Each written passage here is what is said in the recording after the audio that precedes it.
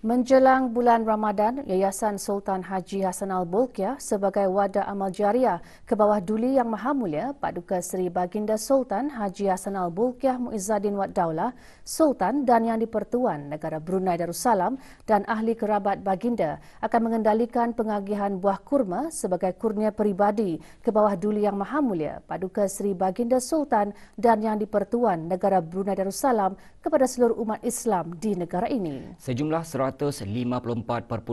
tan metrik buah kurma jenis Safawi dibekalkan oleh Al-Madinah Dates Company Arab Saudi akan dibahagikan kepada seluruh rakyat dan penduduk yang beragama Islam di negara Brunei Darussalam dengan tidak menghadkan umur dan taraf kerakyatan. Pengendalian pengagihan buah kurma kurnia peribadi ke bawah Duli Maha Mulia di seluruh negara diadakan secara berperingkat-peringkat. Bagi memastikan kelancaran pengendalian pengagihan tersebut, Yayasan Sultan Haji Hassanal Bolkiah telah melaratkan lokasi pengagihan iaitu bagi orang ramai akan diagihkan melalui ketua kampung masing-masing. Manakala bagi penjawat awam melalui kementerian dan jabatan masing-masing dan pegawai dan kaki tangan syarikat swasta yang berdaftar adalah melalui syarikat masing-masing. Setiap seorang Islam akan menerima satu kotak kecil yang mengandungi 300 gram.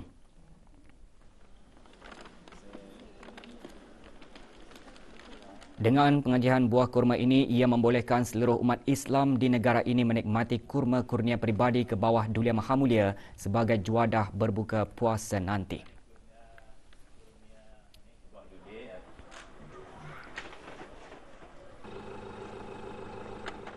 Hamba mengucapkan banyak menjunjung kasih kepada Kebawah Duli Yang Maha Mulia Paduka Seri Baginda Sultan dan Yang di-Pertuan Negara Brunei Darussalam yang mengagihkan kurma tiap tahun. Alhamdulillah, saya menerima kurma ini untuk menjunjung Kebawah Duli Yang Maha Mulia Sultan Brunei.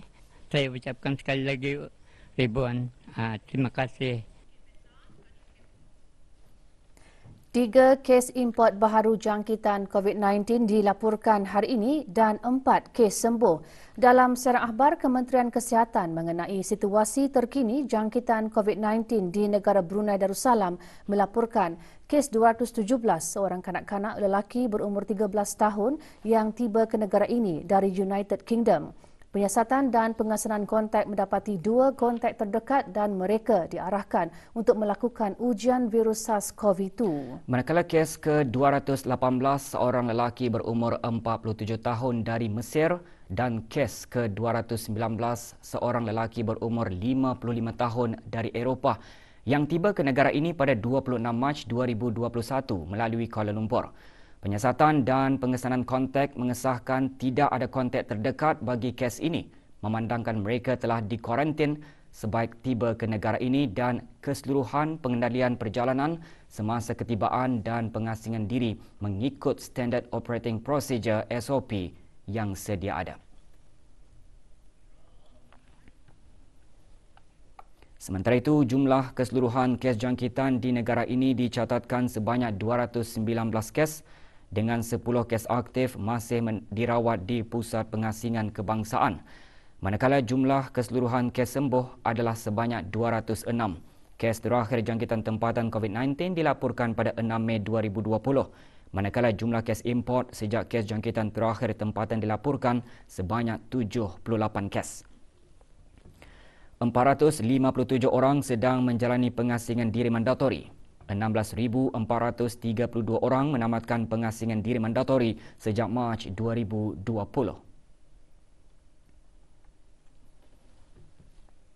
Manakala 423 sampel ujian virus SARS-CoV-2 telah dilaksanakan, menjadikan jumlah keseluruhan ujian makmal yang dijalankan sejak Januari 2020 kepada 116,596 sampel. Maklumat lanjut dan perkembangan terkini layari laman sesawang Kementerian Kesihatan dan talian Kesihatan 148. Pendaftaran bagi penuntut-penuntut warga tempatan dan warga negara asing yang akan melanjutkan pengajian keluar negeri untuk mengikuti program vaksinasi kebangsaan COVID-19 akan dibukakan. Semua penuntut dikehendaki membuat dan mengemas kini pendaftaran melalui laman sesawang Kementerian Pendidikan www.moi.gov.bn atau pautan yang tertera.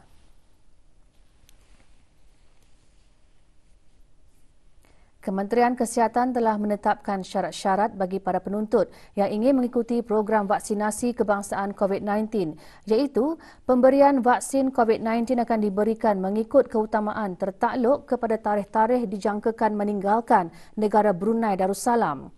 Pemberian vaksin COVID-19 hanya akan diberikan kepada penuntut yang akan keluar negeri dalam tempoh 1 bulan ke atas yang akan datang. Ini adalah untuk memastikan mereka menerima 2 dos vaksin bagi mendapatkan pelindungan terbaik. Hendaklah berumur 18 tahun ke atas, hanya diberikan kepada yang mempunyai akaun BruHIMS. Bagi mereka yang belum membuat pendaftaran akaun BruHIMS, boleh membuat pendaftaran di klinik atau hospital kerajaan sebelum membuat perjanjian atau datang ke pusat vaksinasi yang telah pun dikhususkan. Pemberian vaksin tertakluk kepada pusat-pusat vaksinasi yang telah dikenal pasti. Mereka akan menerima pesanan ringkas SMS bagi tarikh, jam dan lokasi pusat vaksinasi yang dikenal pasti. Sebarang pertanyaan lanjut, hubungi talian Nasihat Kesihatan 148 atau bahagian biasiswa Kementerian Pendidikan melalui talian 238 0019 semasa waktu pejabat. Indeks harga pengguna IHP bagi bulan Februari 2021 meningkat sebanyak 1.8% tahun ke tahun berbanding bulan Februari 2020. Bagi perubahan bulan ke bulan, IHP bagi bulan Februari 2021 meningkat sebanyak 0.5% berbanding bulan Januari 2021. Harga makanan dan minuman ringan mencatatkan peningkatan sebanyak 3.9%, manakala harga bukan makanan mencatatkan peningkatan sebanyak 1.3%. Peningkatan IHP didorong oleh peningkatan harga dan kos pengangkutan 7.7%, makanan dan minuman ringan 3.9% dan perhubungan 1.3%. Namun peningkatan ini diimbangi oleh penurunan harga dan kos pakaian dan kasut 8.8%, perhiasan, peralatan isi rumah dan penyelenggaraan rutin isi rumah 1.9%. Dan pelbagai barangan dan perkhidmatan 0.5%. Kenaikan harga pengangkutan adalah disebabkan oleh kenaikan harga kenderaan bermotor, diikuti oleh tiket penerbangan. Peningkatan harga makanan dan minuman ringan pula didorong oleh kenaikan harga makanan seperti sayur-sayuran, ayam, daging lembu dan kerbau. Harga sayur-sayuran naik sesulan faktor perubahan cuaca yang tidak menentu. Manakala itu, kenaikan harga ayam, daging lembu dan kerbau disebabkan peningkatan permintaan domestik berikutan sekatan perjalanan keluar negara dan juga bekalan import yang terhad. Kos perhubungan pula meningkat disebabkan oleh peralatan telefon dan telefaks, khususnya telefon bimbit yang baru diperkenalkan di pasaran dan perubahan dalam harga pakej perkhidmatan perhubungan. Laporan penuh IHP bagi bulan Februari 2021 boleh didapati melalui laman sesawang JPES www.deps.gov.bn. Kegagalan jantung merupakan salah satu punca kematian di seluruh dunia, termasuk di negara Brunei Darussalam. Berikut berita lanjut mengenainya menyusul seketika nanti.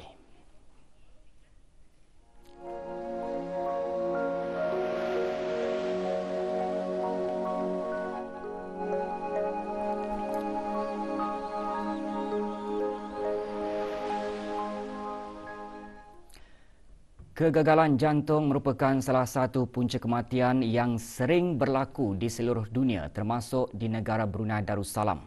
Peranti pembantu ventricle kiri atau Left Ventricular Assist Device LVAD antara alat yang digunakan di negara ini bagi para pesakit yang menghidap masalah jantung yang teruk. Menteri Kesihatan menjelaskan LVAD merupakan pam jantung mekanikal yang digunakan bagi merawat pesakit yang mengalami kegagalan jantung. Pesakit yang memakai LVAD juga perlu berdisiplin dalam pengambilan ubat-ubatan serta memerlukan pemantauan. Yang berhormat Datuk Seri Setia Dr. Awang Haji Muhammad Isham bin Haji Jaafar mengongsikan hal tersebut dalam temu bual semasa majlis doa kesyukuran yang diadakan sempena 5 tahun pemasangan alat LVAD ke atas seorang pesakit. Memakai alat ini, beliau bukan saja dapat bergerak dengan baik, kembali bekerja dan menjadi the breadwinner for the family lah. So sejak ia ada LVAD ini pun beliau berterusan bekerja dan dapat menjadi ketua keluarga dengan menyara keluarganya lah. So alhamdulillah. Awang Ramli bin Haji Kamis yang didiagnosis dengan kegagalan jantung yang teruk pada tahun 2002 menjalani pemasangan HeartMath 2 sejenis LVAD dengan bantuan kerajaan ke bawah Duli Yang Maha Mulia Paduka Seri Baginda Sultan dan Yang di-Pertuan Negara Brunei Darussalam di Gleneagles, Pusat Perubatan Jerudong Park JPMC. Negara Brunei Darussalam merupakan salah sebuah negara yang menggunakan LVAD sebagai rawatan.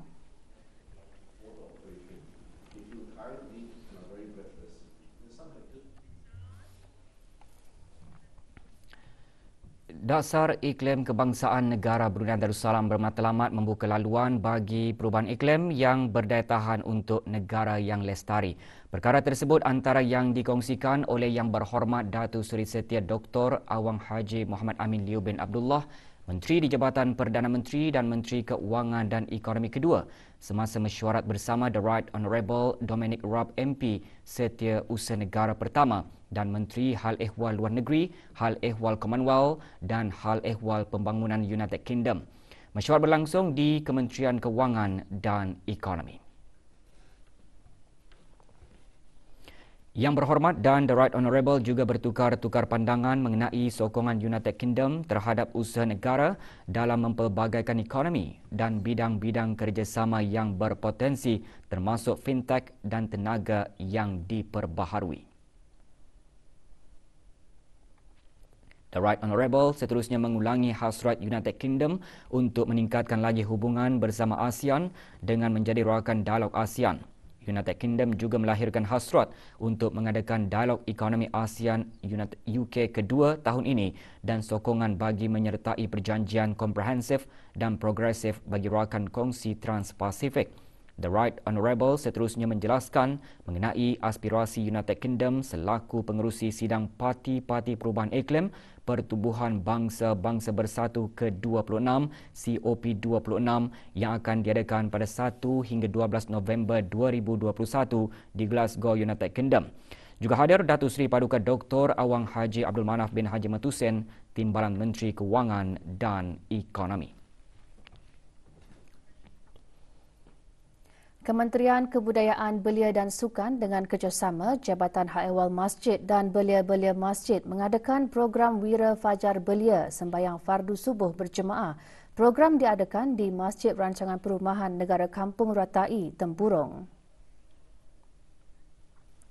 Hadir Yang Berhormat Major Jeneral Bersara Datuk Paduka Seri Haji Amiruddin Ehsan bin Orang Kaya Saiful Muluk, Datuk Seri Paduka Haji Abidin, Menteri Kebudayaan Belia dan Sukan. Juga diadakan tazkirah subuh bertajuk Belia Menghidupkan Bulan Ramadan. Lebih 300 orang menghadirinya. Program Wira Fajar Belia sembahyang fardu subuh berjemaah ini dihasrat dapat mendidik para belia menunaikan sembahyang berjemaah di masjid serta memberikan pendedahan kepada belia mengisi aktiviti keagamaan di masjid-masjid. Selain daerah Tempurung, program juga dilaratkan ke daerah-daerah lain. Barang siapa yang mendirikan Ramadan, mendirikan bulan, dia mulai.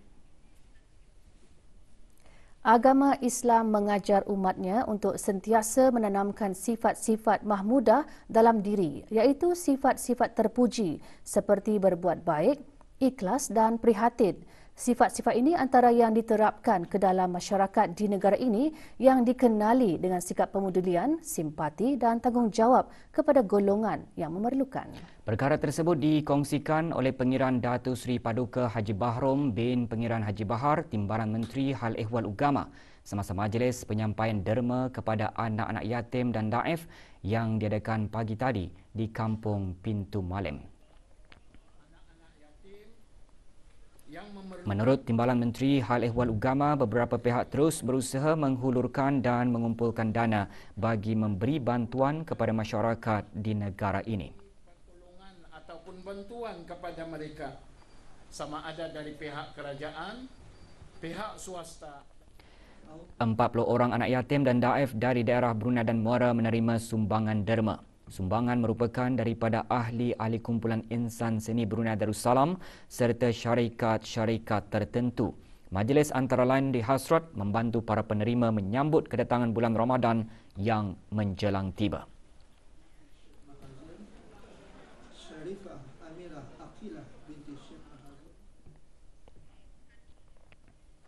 Majlis Pengundian dan Pemilihan Calon Penghulu Mukim Ukong dan Ketua Kampung Ukong diadakan pagi tadi bertempat di Dewan Sekolah Rendah Datu Pemanca Saging Ukong, Kampung Ukong, daerah Tutong.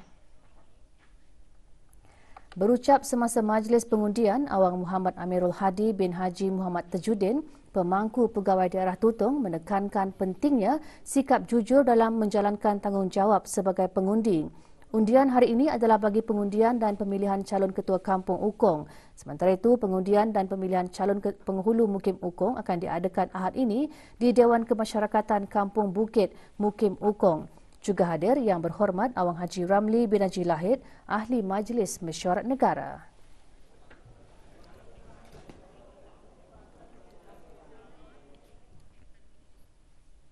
Dalam beberapa hari sahaja lagi, kita bakal dipertemukan dengan bulan yang mulia, bulan yang penuh rahmat, bulan keampunan dan bulan yang dirindui oleh seluruh umat Islam di segenap pelosok dunia, iaitu bulan Ramadan Al-Mubarak.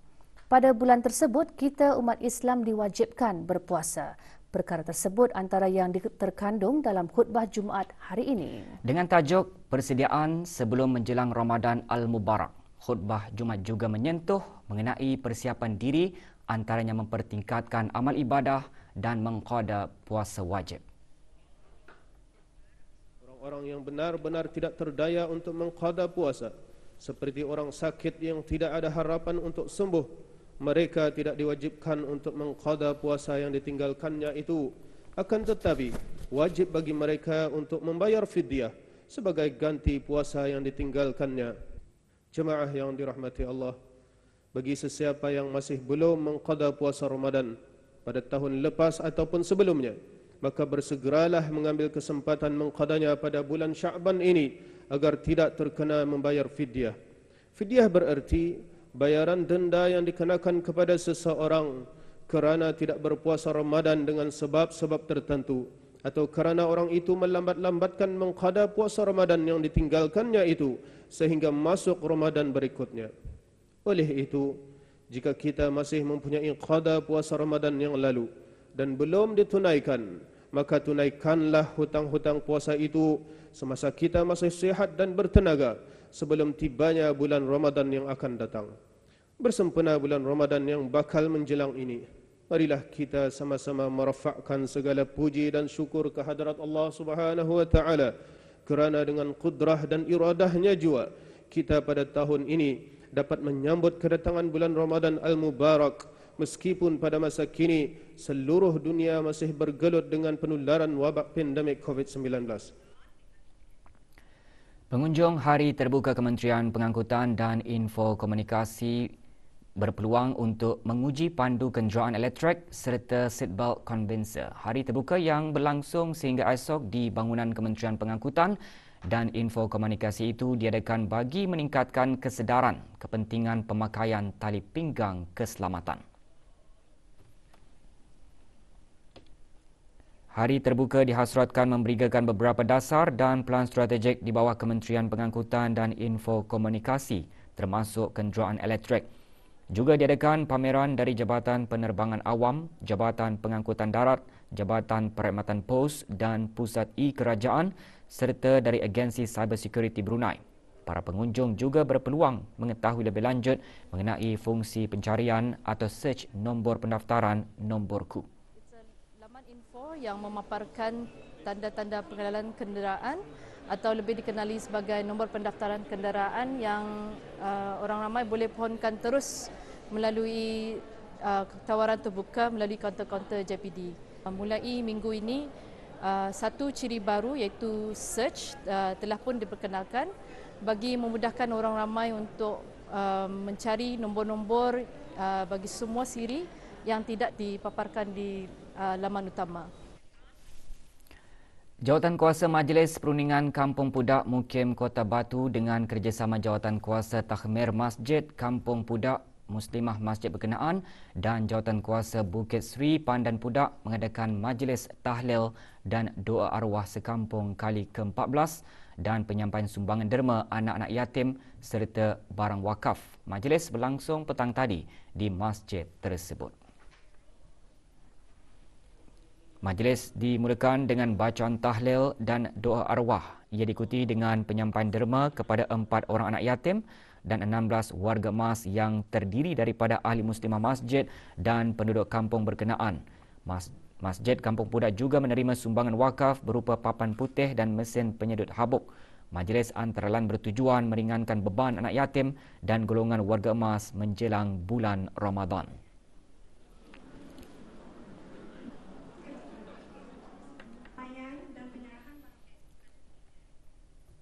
Persatuan Pengakap Daerah Brunei dan Muara menerima sumbangan sejumlah RM700 bagi acara larian amal Brunei Scout Charity Run dan acara Brunei Trail Run 2021. Majlis berlangsung petang tadi di Ibu Pejabat Persekutuan Pengakap Negara Brunei Darussalam. Sumbangan diterima oleh Awang Haji Jailani bin Haji Ibrahim, pengerusi Majlis Pengakap Daerah Persatuan Pengakap Daerah Brunei dan Muara yang diserahkan oleh Pengiran Dani bin Pengiran Tajuddin, pengurus acara dari Akif Media Marketing and Event. Terdahulu diadakan penyampaian hadiah kepada 20 pemenang bagi acara larian amal Brunei Scout Charity Run yang dikelolakan bersama Akif Media Marketing and Event dan Persekutuan Pengakap Negara Brunei Darussalam melalui Persatuan Pengakap Daerah Brunei dan Muara.